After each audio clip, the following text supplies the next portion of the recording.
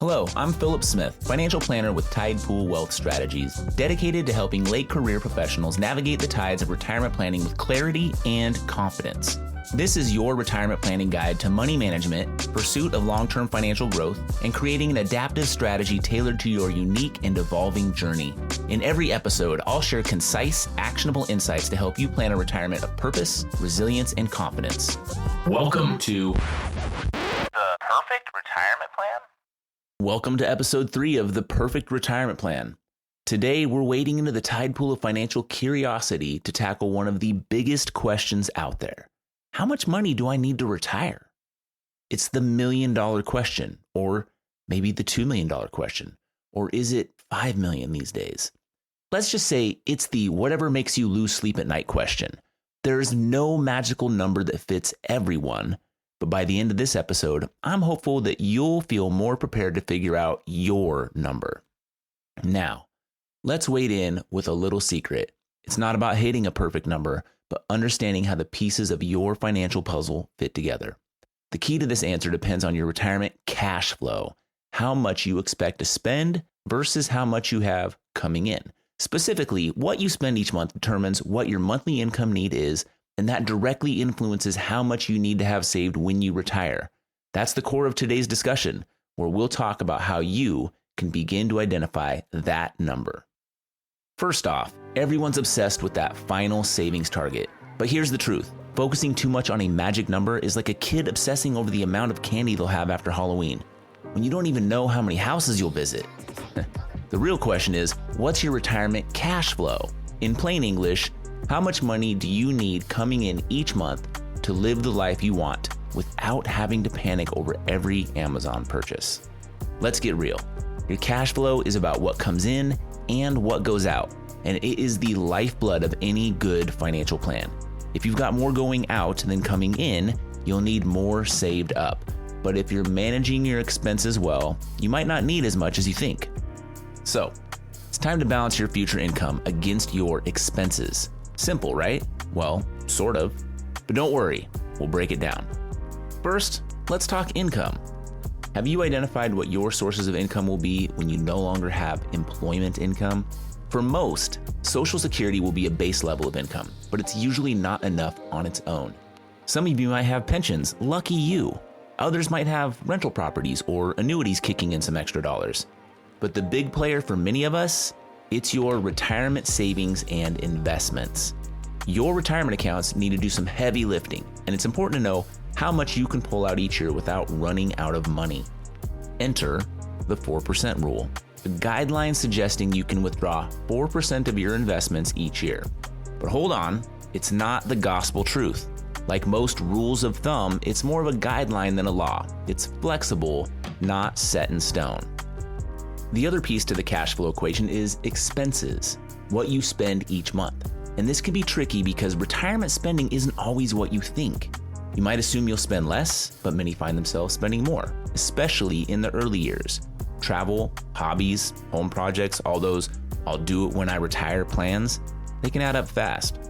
When thinking about your spending, there are the budgeting basics: housing, utilities, groceries, taxes, and healthcare. And don't forget insurance. Then there's the fun stuff. Dinners out, trips, golfing, maybe even spoiling the grandkids. All of these need to fit within your cash flow puzzle. Start tracking your spending now, and you'll be in a much better spot when the time comes to retire. Some expenses are predictable, others not so much. And let me tell you, some costs, like healthcare, tend to grow faster than your grandkids. That's why it's critical to budget realistically. If you think you'll automatically spend less in retirement because you're not working, think again. A lot of folks find they spend more in those early honeymoon retirement years because they finally have the time to travel, spoil the grandkids, and pick up new hobbies.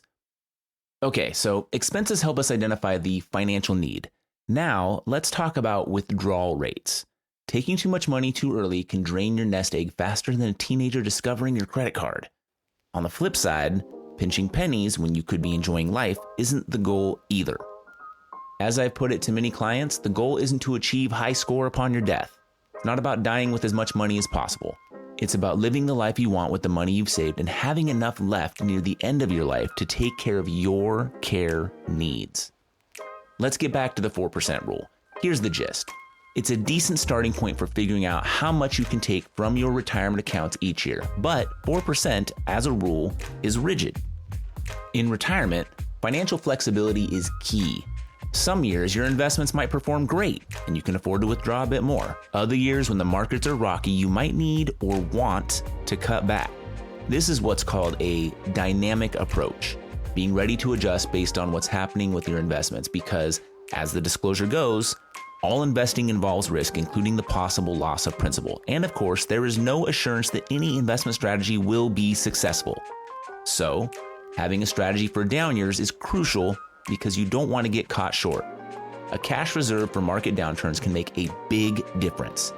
I usually recommend 3 to 4 years of expenses in easily accessible cash or a money market account. But like most advice, this does depend on a person's situation. And here's where risk management comes into play. Sequence of returns risk is the risk that a poor sequence or series of market returns in the first few years of retirement can negatively impact your portfolio's long-term sustainability. Think of it like erosion. It's critical to have a strategy in place to mitigate this risk, like maintaining a cash reserve to cover expenses in those early years of market volatility. That's where the recommendation to have 3 to 4 years of expenses in cash and money market accounts comes into play. That reserve pool is a well we can draw from when, emphasis on not if, but when markets decline. Because they will. The goal is to think through and deploy different strategies that can help your retirement savings last the rest of your life. How long will we live? It's the big unknown, isn't it? It's a bit of a morbid thought, but you need to plan for it. That makes planning for retirement a bit of a guessing game. If you're healthy at 65, there's a good chance you'll live into your 80s, even 90s. That's 20 to 30 years of living expenses. Planning conservatively gives you a buffer if you end up living longer than expected. Let's talk about the unexpected, because if there's one thing life guarantees, it's surprises. Surprise medical bills, unexpected home repairs, it all adds up. Healthcare can be a huge expense, especially as you get older. Medicare helps, but it doesn't cover everything, and long-term care can get pricey. It's estimated that a 65-year-old couple retiring today will need around $330,000 for healthcare throughout retirement, and that's just a starting point. Yeah, I'll say it again. Fidelity's most recent report, just released in August of 2024, estimates that a 65-year-old couple retiring today will need around $330,000 just for healthcare costs throughout retirement. This number has more than doubled in 22 years, and that doesn't include long-term care. Most shocking to me was that they found the average American assumes their retirement healthcare costs will be $75,000 or $150,000 per couple. That's less than half of Fidelity's findings. That's why it's crucial to bake these potential costs into your retirement cash flow plan. So think about building in a cushion for the unexpected, whether that's a healthcare fund or considering long-term care insurance. Better to plan for it now than to get hit with a surprise later. So how much do you need to retire? It's all about understanding your cash flow. It's not about hitting a magic number. It's about finding the balance between your income and expenses. Pay attention to your withdrawal rate, plan for the long haul, and don't forget to add a buffer for those surprises. Let's take some action on this.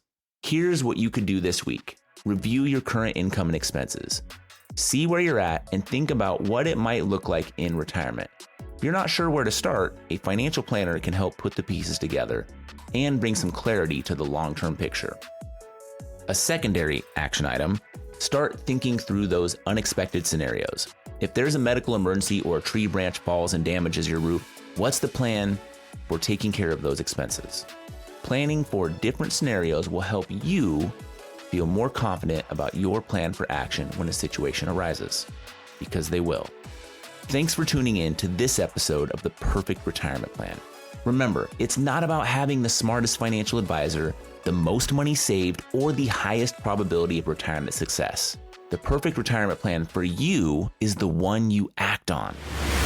It's disclosure time. This podcast is intended for educational purposes only, should not be used for any other purpose. The views depicted in this material should not be considered specific advice or recommendations for any individual, are not intended to be financial, tax, or legal advice, and do not represent Tide Pool Wealth Strategies or Cetera Advisor Networks, LLC. For a comprehensive review of your personal situation, always consult with a financial, tax, or legal advisor. Neither Cetera nor any of its representatives may give legal or tax advice. Our office address is 450 Country Club Road, Suite 350, Eugene, Oregon 97401. Securities and advisory services are offered through Cetera Advisor Networks, LLC, a broker-dealer, registered investment advisor, and member of FINRA and SIPC. Cetera is under separate ownership for any other named entity. Whew.